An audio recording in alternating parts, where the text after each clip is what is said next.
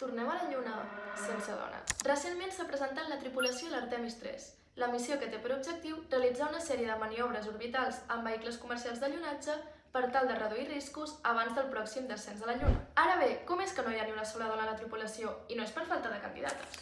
El 2020 la NASA presentava la llista dels 18 astronautes seleccionats per les missions d'Artemis, i d'aquests 18, 9 eren dones. A més, la missió Artemis 2 ja ens deixava una lliçó claríssima.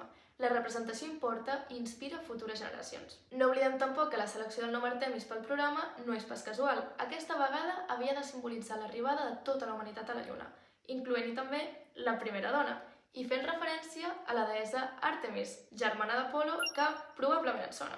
Llavors, què ha passat? La presència de dones en missions espacials ocupant molts més rols que no només el d'astronautes no hauria de ser ni anecdòtica ni de prendre de quotes. Dones preparades n'hi ha, però la voluntat política i social continua decidint qui es veu i qui queda fora del relat.